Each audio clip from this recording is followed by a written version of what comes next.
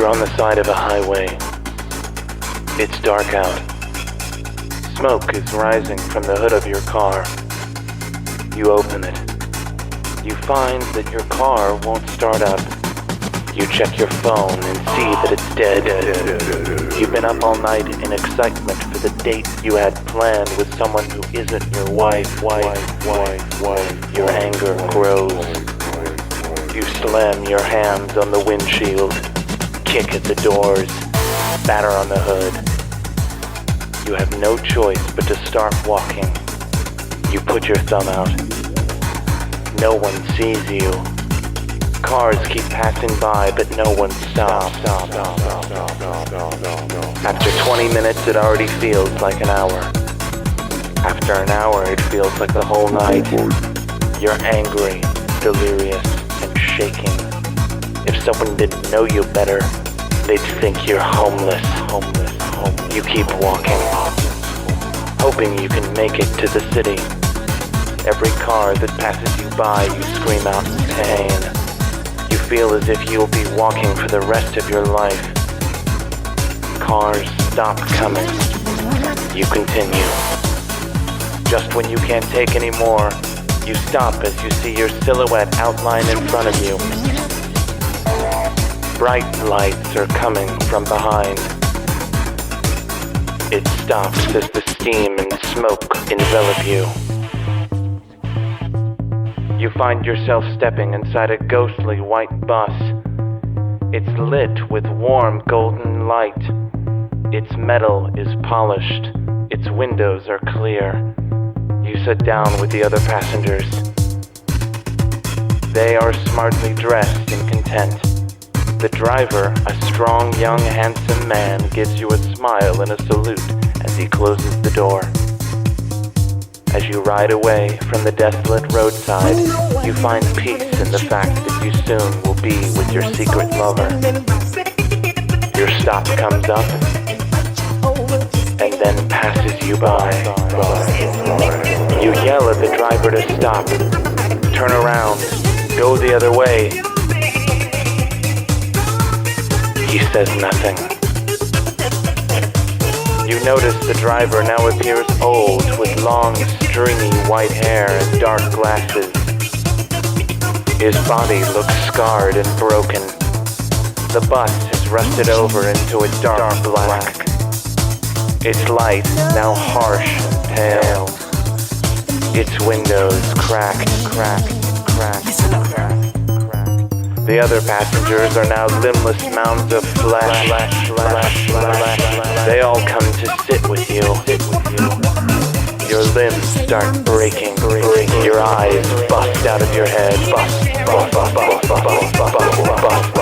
As the mounds make love to you, your body ages rapidly. Your hair grows long and white. Your face becomes old. You close your eyes. You open them to find you picking up a hitchhiker on the side of a highway. As he steps on, you notice him smile at you. You shut the doors and continue driving. You're on the misery bus.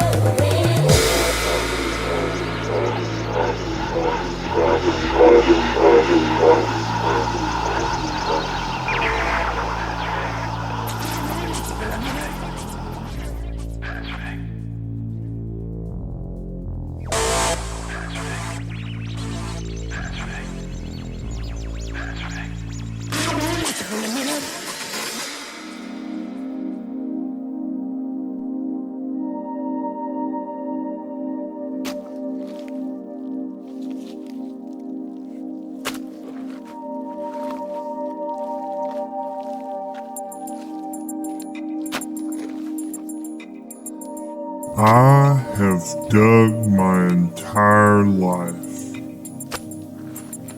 Moments like this are a refreshing change.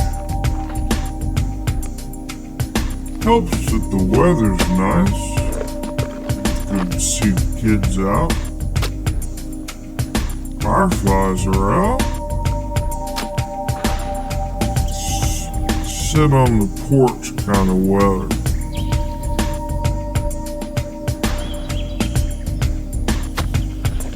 Summer's on its way out.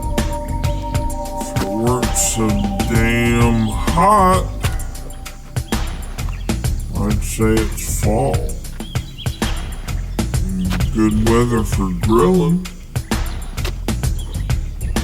Saw a few boats on the road. There was one huge one. Man, that's a great day for fishing. Saw a wind turbine go up a county over. Big slicing fans. Saw a few birds. Nearly missed them.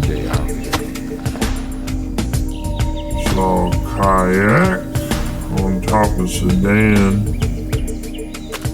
Flew right into a ditch and pummeled a possum.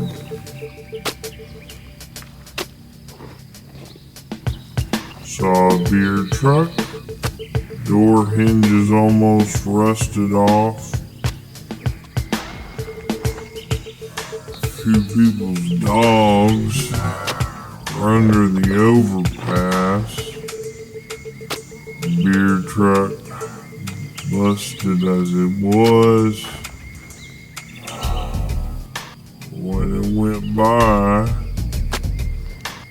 all the cans were never recovered.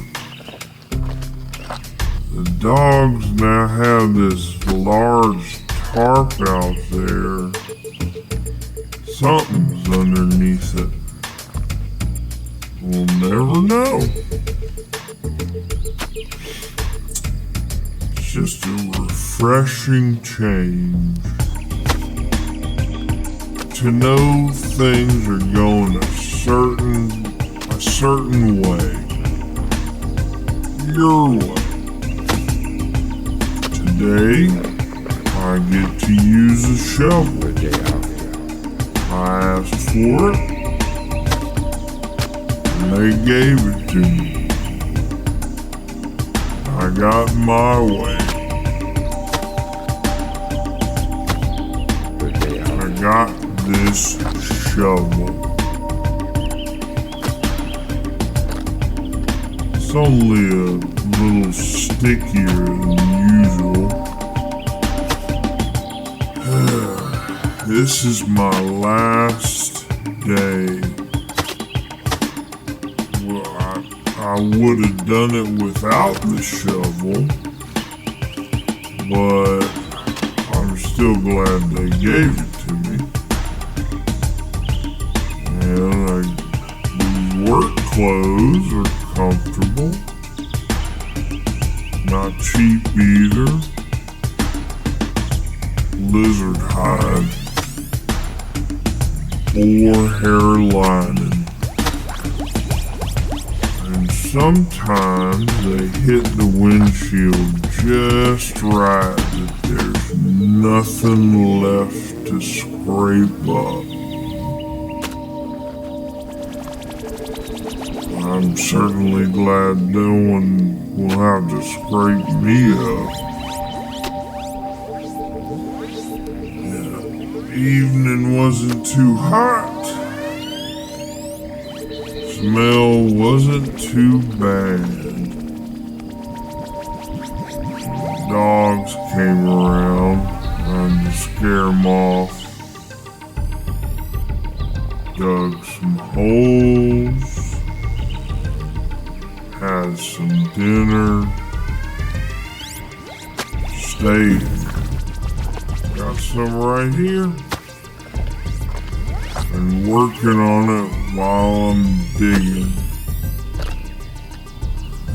Good meat. When you're out here at night, you can almost hear the stars singing to us. singing to them came apart real nice. Small pieces, juicy, tender. All you want in your meat. Dirt soft today. Just a refreshing change. Refreshing day.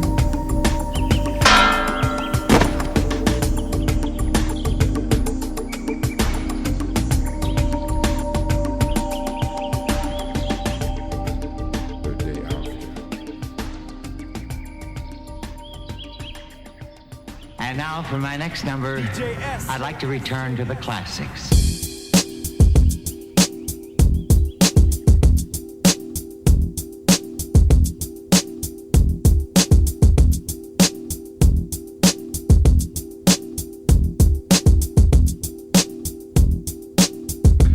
Hey, I've been meaning to get back to you. I know it's been longer than I said last time. I've missed you. I've missed us. Your parents said you were at work last time I came by. I tried finding you, but your coworker said you were at lunch with a friend? I had already texted all your friends, and none of them answered. So that left me at a dead end. I went to your brother's school, and he was able to give me your number. So here it is. We should stop pretending this isn't real. That we aren't feeling something here. I've loved you for so long, and I just want it to be like it was. Call me back when you can. We're not in love anymore. I keep forgetting things will never be the same again. Hey, it's me again. Funny coincidence. I'm in the same hotel as you. Did I see you go to Bass Pro Shop earlier today? I think I saw you. You should have bought that crossbow. Would look super cool with that dress you were wearing. Yellow is just your color. Call me if you want to talk. I'll be up all night. Hey, it's me. Did you miss my calls? I think I spent all yesterday trying to reach you. It's okay, I'll just keep trying you. I don't know if you knew this, but I think your husband is a little paranoid. I see him outside the house every night with that shotgun. I don't know if that's safe to have around the kid. You might want to get him some counseling or maybe sign him up for AA. I always thought he looked like one of those crazies. Anyway, talk to you soon.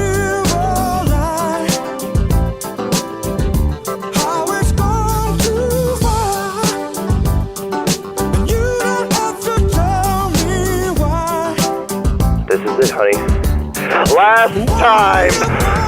I need you to talk to me. I can't keep living like this. You can't either. I know you want it. Trust me. It'll be alright. I'm here for you, baby. Just let me in. And we'll talk about it. Promise. It won't be long.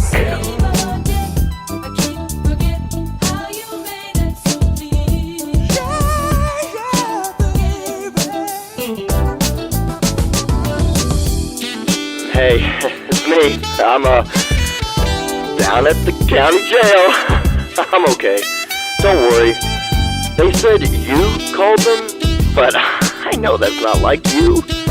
Paul must have done that and made you cover for him. Told you, no good. He doesn't really care about you. I just wish I could prove it to you. I will one day. Once they let me out of here.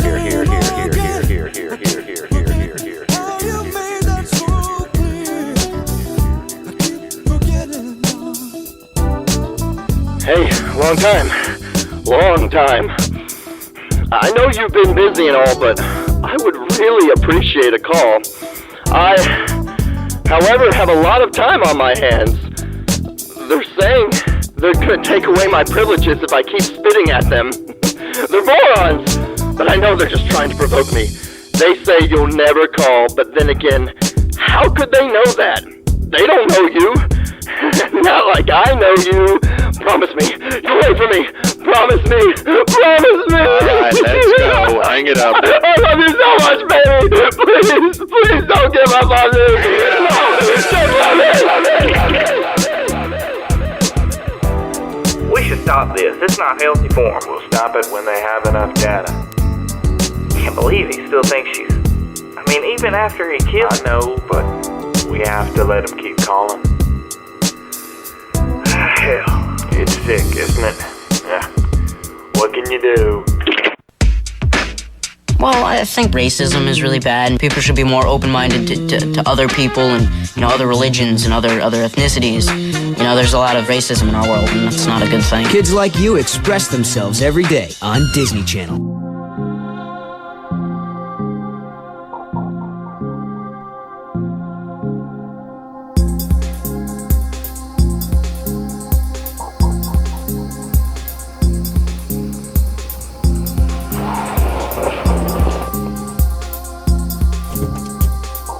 Thanks.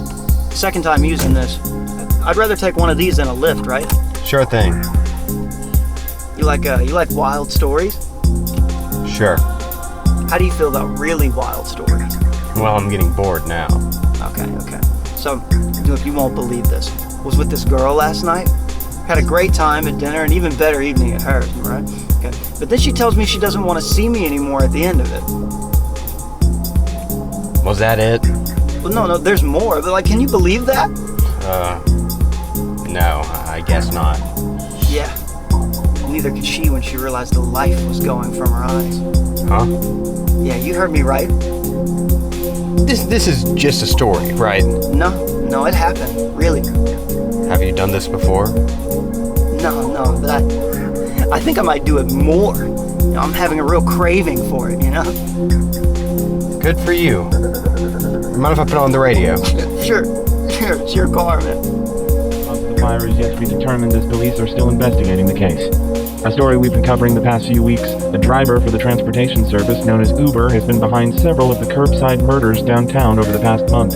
His name and location is unknown at this time. The company reached out to report that the driver used a false alias when applying for the job. He is still in the system, however, and the company has not yet found a way to remove him. If you hire an Uber, make sure to bring a friend along with you. Let me change that. Hey, can you turn that down? Huh? Yeah, can you turn it down? Yeah, thanks. Okay, actually, just off's fine. No problem. Hey, you're not like that killer, are you? Here's your stop. You can get out now. I mean, I was just joking, right? I've never killed anyone. Look, I wouldn't even know how to. You might want to get out, son, before I take you someplace else. Yeah. Okay, got it. Bye.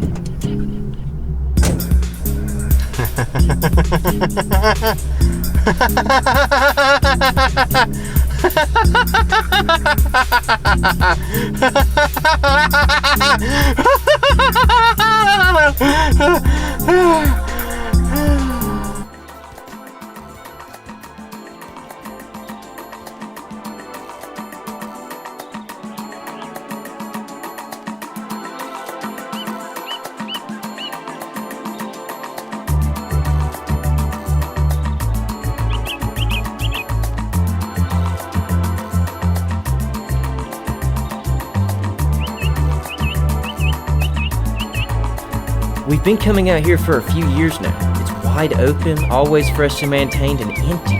We tried other places, but always felt like we belonged here. I always felt free to be myself and be open with who I am. I encourage everyone to go at their own pace and really feel comfortable in their skin. Being part of a traveling nudist colony, you don't understand these things at first because you're so comfortable that other people's anxieties and worries are just annoying. I was gonna say that. Yes. So of course it's great to have people who share your interests. We got out here about 1 o'clock in the morning, came down to the fairway, set up our stone circle, placed all the fowls, goats, candles, and blades, and began. It's now 3 and we've got about 2 hours before we need to be gone. My friends ask me all the time, aren't you afraid of someone seeing you out there? No, I'm never worried. No one plays golf around here anyway. Plus, it's criminal they aren't fully open to the public. We see this as sort of our manifest destiny. We need to get back our land any way we can. I've been with the group the shortest, but I trust them. This is the latest we've been out here. A couple of members had a city council meeting yesterday afternoon, so we thought we'd give them a break this time. Let them sleep in a bit, you know. They've never put me in any kind of danger and have always treated me with utmost respect. Danny? Danielle? We've got to get out of here. More are coming. I just saw a light beer truck pull up. Everyone, let's go, now! What about Danielle? Just leave it! What about Danielle? Leave it! Let's go! Let's go! Let's go! Let's go!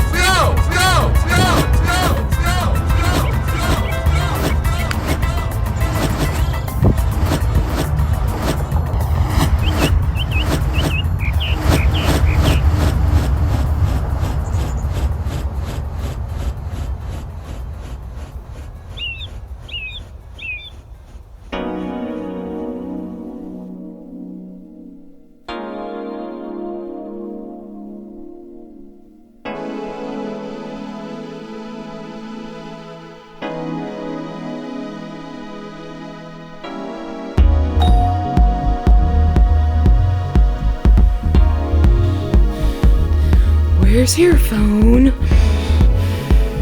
There's one outside.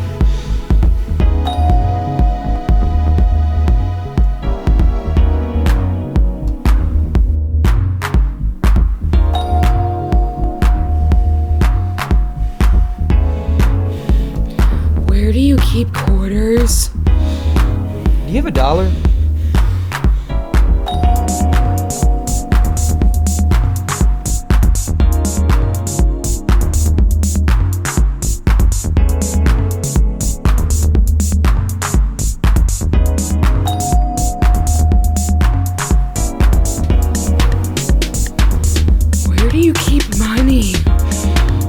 Not have $1, ma'am?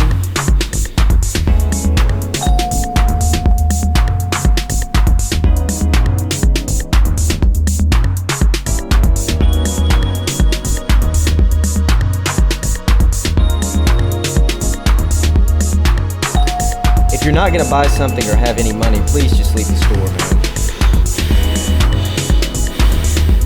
Can you take your hands out of your pocket and remove your hood?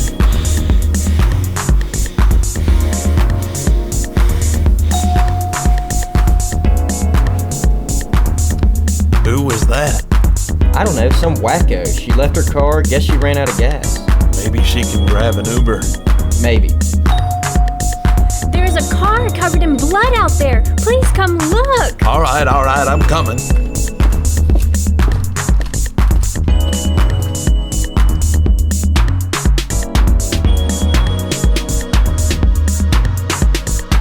She's not kidding. Call the police. And hey, have you seen my wallet? I think I left it on the phone box again. She definitely took it. I have got to start getting to bed early. Damn it! Damn it! Damn it! Damn it! Damn it! Damn it! Damn it!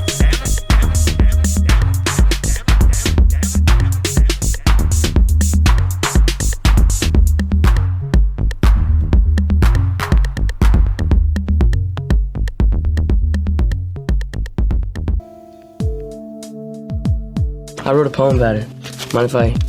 It's called One Man. Me is only one man. How do I stop all this hate? How can I replace it with love instead of sealing my fate? Me is only one man. How do I love? Smile at those lost, smiling from above. Me is only one man. How do I give? Make yourself love one another, for you only have one life to live. Why would you cut yourself short just because of another person's actions? Instead, give help, love, and there would be no need for a weapon. Me is only one man. How do I survive? Yeah, we've had some tough times, but we're still alive. So remember, life is only as good as you make it. Us as Americans, we will make it. Let's get rid of all this anger, replace it with unity. Even just one hug or handshake can make a difference in your community. Me is only one man. They call me an American. No matter if I'm Christian, Jewish, Muslim, Catholic, or any persuasion. I think through this pain I've learned a powerful lesson. That it's awesome to be an American citizen. Now, more than ever, it's important for kids like you to express themselves every day.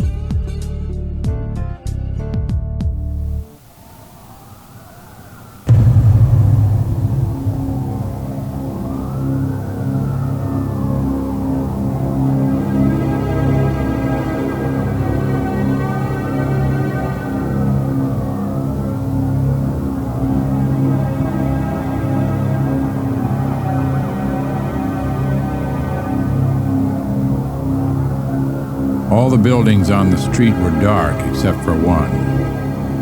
The door of that was lit by searchlights. The street in front was empty all the way to the end of the block. Then there was a barricade, and behind the barricade was a crowd of silent people and a SWAT team all staring at the brightly lit door. I was on the roof across the street. I was looking at the door too, only I was looking at it through a telescopic sight. The crosshairs intersected at head level.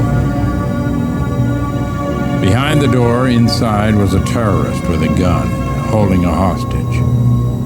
I knew the terrorist. I'd been after him for several years. I'd almost gotten him twice. Each time he disappeared. Now he'd finally surfaced again, and this time I would get him. I'd been sitting here for 5 hours with my eye glued to the sight, focused on the target, ready to strike at the exact moment. There was a bullet in the rifle that would explode on impact, and I could place it anywhere on the target with the precision of a surgeon. A voice crackled over the walkie-talkie saying the chief was going in to lead the hostage and the terrorist out. When the terrorist came into view, he was mine. I watched the chief go in and close the door behind him. I made sure the sights were perfect for the 100th time. I shook my hand out so it wouldn't cramp. The sky up above was dark, the street below was silent. The only light was the light glaring on the door. Then the door opened. The chief took 2 steps and stopped. I could see the hostage behind the chief and a piece of the terrorist behind the hostage. The chief started yelling. I couldn't make out what he was saying, he was too far away. Then the voice crackled over the walkie-talkie again, saying the terrorist knew I was on the roof and would not come out until I had dropped my weapon down into the street and stood up to show myself. A feeling of rage ran through me because I thought I'd lost him again. Suddenly the rage disappeared, and I settled into that quiet place where everything is clear and possible, and I knew what I had to do. I took a bead on the chief and pulled the trigger. He dropped. I zeroed in on the hostage and fired. He dropped. And there stood the terrorist, exposed, looking up at me, not believing what I'd just done. In that instant, I pulled the trigger and inserted a bullet between his eyes. His head exploded, and my job was done. It was only then I stood up and dropped the rifle. Then I turned and walked off the roof, down the stairs, out the door, and into the alley. There was pandemonium out in front. I quickly made my way through a series of alleys to the street where I lived. I went in my building and up to my apartment. I closed the door behind me, breathed a sigh of relief, and took a drink of water. Then I began taking off my hands. I put them in the top drawer. I removed my feet and put them into the closet along with my legs. I put my head in a box and hung my torso up on a hanger. Then I walked out of the apartment, climbed up the stairs to the roof. I opened the door and stepped out into a beautiful green meadow. The birds were singing, the sky was blue. There were flowers running through the hill. And down there, running through the middle of the meadow, was a brook. And seated on the edge of the brook, dangling their feet in the water, was the chief, the hostage, and the terrorist. I waved hello and ran down to greet them. We shook hands all around and had a few laughs. Then they started in on me. You can't do that. You can't shoot the good guys to get the bad guy. It's not fair. That's cheating. It's against the rules. I said, what rules? There aren't any rules. I won. But I'll tell you what. The next time we do this, I'll be the hostage. And I'll still win.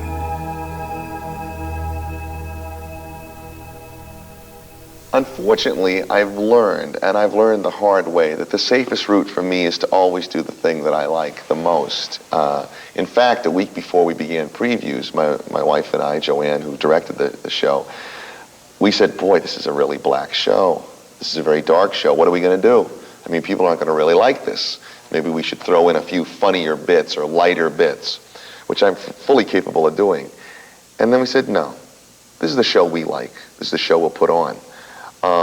You know, it's wonderful that the critics have responded the way they have, and I don't look a gift horse in the mouth. As far as losing things, and certainly comparing me to anybody like some of the, the big stars you've mentioned, I mean, I'm honestly not one of them, and it's nice that people might think I'm in their company. It's very flattering. The mass media today is not the mass media it was in the early 60s. Or the late 60s, when a folk singer or a comic with something to say could get onto the air or on a record and distribute ideas to millions of people. It's just not that today. The mass media is not looking for segments out there. They're not saying, boy, this is great, 1 million people like this show. They'd say, this is terrible. We need 50 million people to like this show. Otherwise, it's a failure. Everything is compared against an absolute of Michael Jackson or Eddie Murphy, and unfortunately for those artists, they are playing to a very, very, very wide audience, and there's no room in there for anything idiosyncratic or special to be said. They're going to have to find a lowest common denominator, or just a common denominator. My stuff is special. I know it is. I'm not saying everybody should like it. I think of it as like sushi. I mean, I love sushi, but not everybody loves sushi. It's special. A guy like Lenny Bruce could find his niche with some fantasy records that went out there at that time, the label Fantasy. They went out and they found their niche. But how many records actually got sold? I mean, today they'd be considered a tremendous failure and he would be gone. There's no room for mistakes. You can't just put any show up you want or find a niche audience. It's just not possible. College students in the late 60s were very avid for every new thing. Today they're not. If somebody's going to book a show and they want a younger audience, they have to book the thing that is, top of the charts or has been appeared on Saturday Night Live. Well, do you think you can crack through as the icon? I don't care. I don't think it's important. Mm-hmm. I don't think it's really an issue. My work is what it is, and the people who come to the theater come and see it and enjoy it. In 50 years, I'll be in a box and it'll all be forgotten. It's not that important. There is videotape. Yes, but that's just a document of a live show. Mm-hmm. I have to be honest, I am very partial to theater. Experiences, shows that I've seen in the theater, I remember my whole life. A good show I've seen, I never forget. I mean, it's just that special. Films, they come, they go, TV shows. I mean, I'm sure there were many TV shows I've really enjoyed. I can't remember any of them. I can't remember them specifically. When people come in this theater and the evening works, it's I think it's a part of everybody's life when they leave here.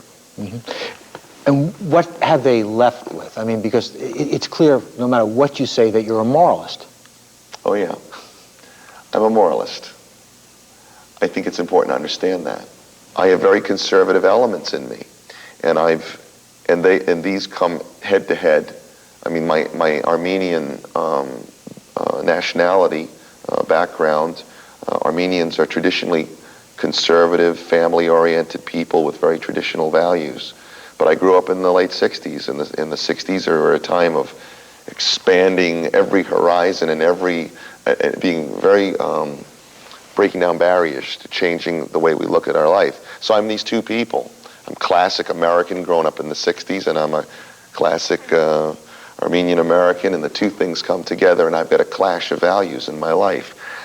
I am a moralist, but I don't believe that. I mean, I think you get too moralistic, and you end up with a kind of conservative jingoism that's part of what we think of as a lot of the evangelist money-making priests and the right-wing NRA guys and all those kind of guys who I don't like. I don't identify with them. I'm shocked at what I see around me in the world, and I respond, and the only way I know how to make work about this is rather than point a finger and say that's wrong, say I'm confused about this. I feel two feelings at the same time. I'm attracted by it, and yet I know it's bad. And I think that it isn't a bad idea to try to understand a little bit rather than constantly be condemning. People, it's just too easy. It's decadent to spend all our time condemning all the bad people in the world and act as if we are faultless. I don't expect any conclusions, and I also don't think I'm any smarter than anybody out there in terms of, I've got the answer, you don't, let me tell you what the answer is. I mean, nothing I hate worse than is to walk into a theater and have somebody patronize me by telling me something like, you know, the theme is no nukes. Nukes are bad. I knew that before I walked in that theater. I don't need you to tell me nukes are bad. Tell me something I didn't know. Tell me nukes are good. That's at least more interesting. Then I can walk out of the theater and think about it, you know. Did you ever think about that nukes might be good? If we nuke the whole world, all these animals that are going extinct in the world would be able to come back to life and live. So maybe we should have nuclear war. That could be a new bet. Eric Bogosian, thanks very much. Thank you.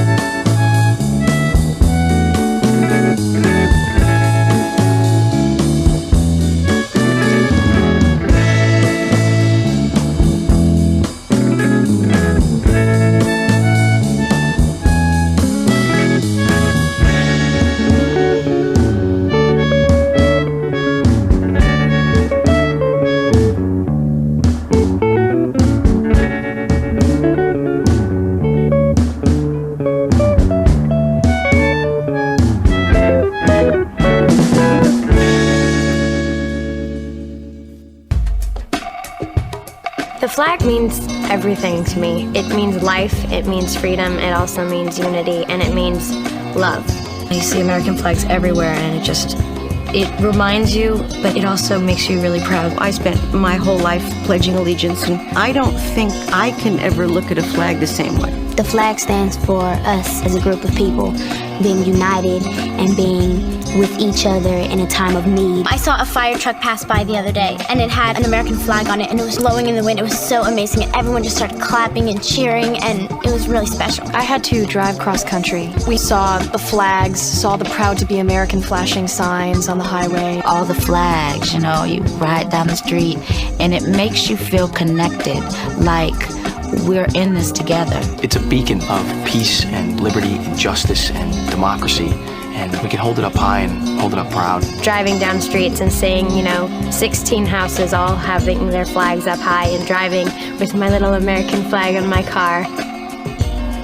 We've all come together in such unity. It's just amazing. It's so awesome to see flags on everybody's car. We're so united. We are really a United States. We should try to keep the flags flying to show that we still remember and that we still care and that we're still together in this. Now, more than ever, it's important for people like you to express themselves every day.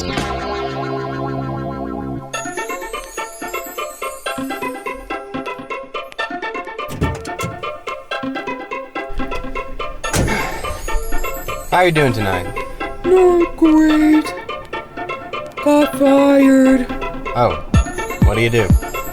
I'm a driver. Oh, that's funny. Who do you drive for? No one. I got fired. Sorry. Who did you drive for? Uber. Oh wow, good timing. Did you know there's an Uber serial killer out there? Hey, you look familiar. Have I seen you?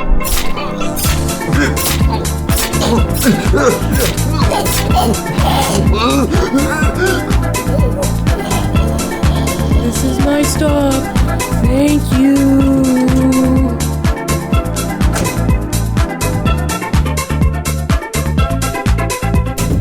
Forgot my wallet. Can't go nowhere without my wallet. No, sir.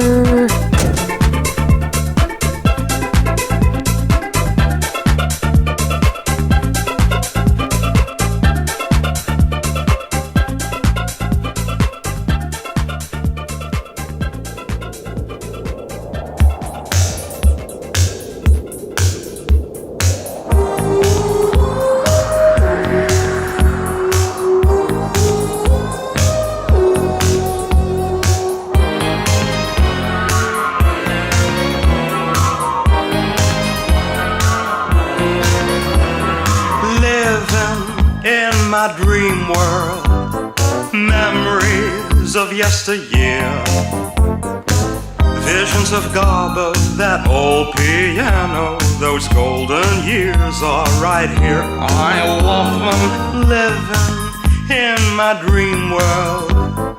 Don't you dare wake me up, I'm hooked on Charleston, a sing-along song, don't let them disappear. Come fly with me, there's room within my fantasy. In dreams I'll be a shooting star for you and me. I'm not nuts now, honey, so take a chance. We'll dance on the Milky Way. You'll love it, living in our dream world.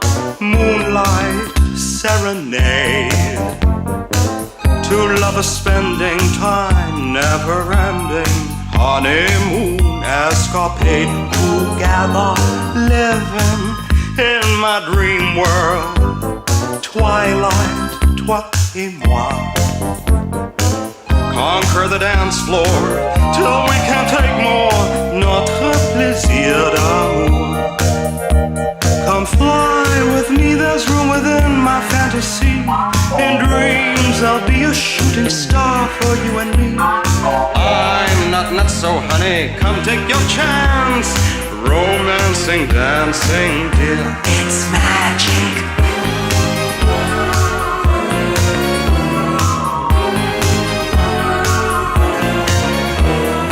Living in our dream world, programmed on way back then. You'll be my Harlow, I'm Valentino. Tear up the town like them. They love us living in my dream world, destined for the past. Don't like the 80s, living on babies, big brothers watching you. Don't trust anything in my dream world. Why did things go wrong? Computerizing and analyzing, destroying my favorite song.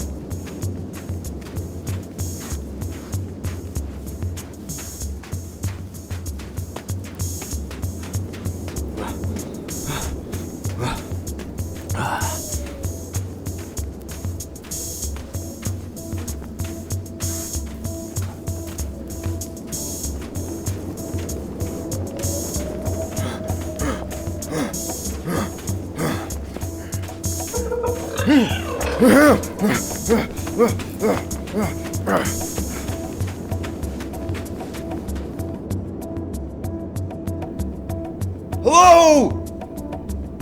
Please! You've got to open this now! There's something out here! It's getting closer, please!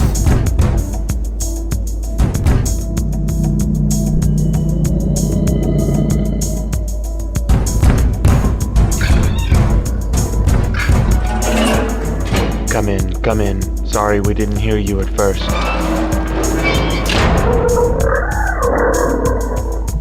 You have no idea. Thank you.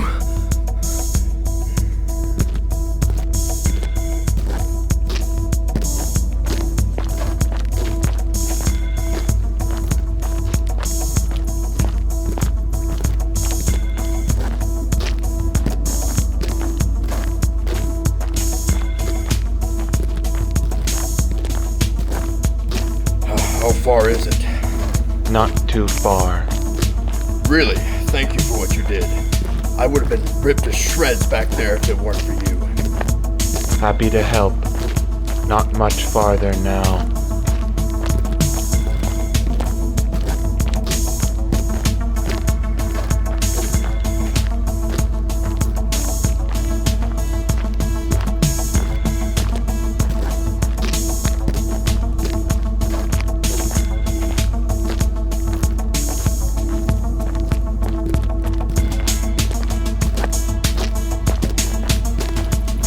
Have you saved many like me?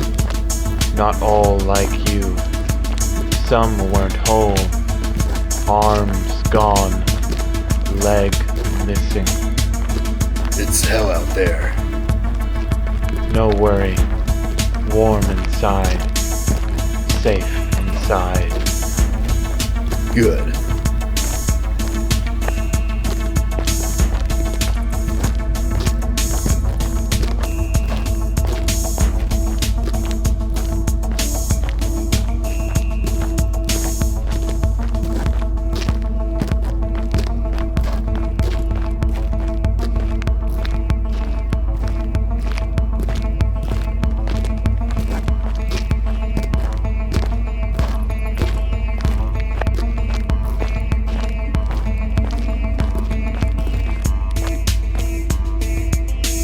We are here.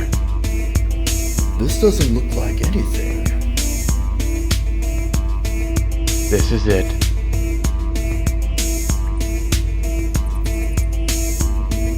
It just looks like there's more cave.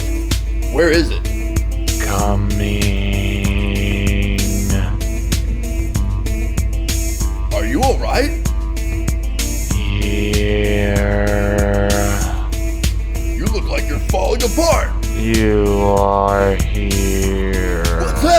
you? Stay here. Safe here. What? Oh my god.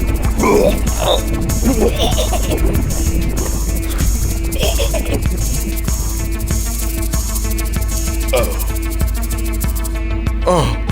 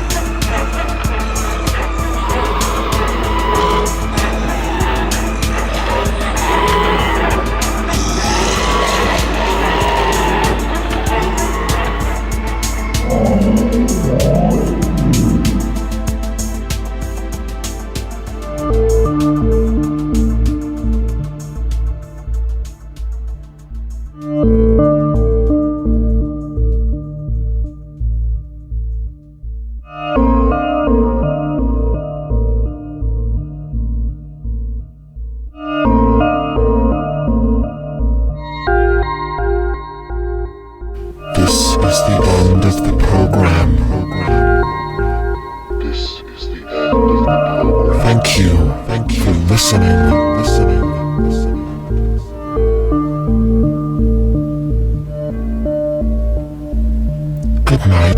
Good night.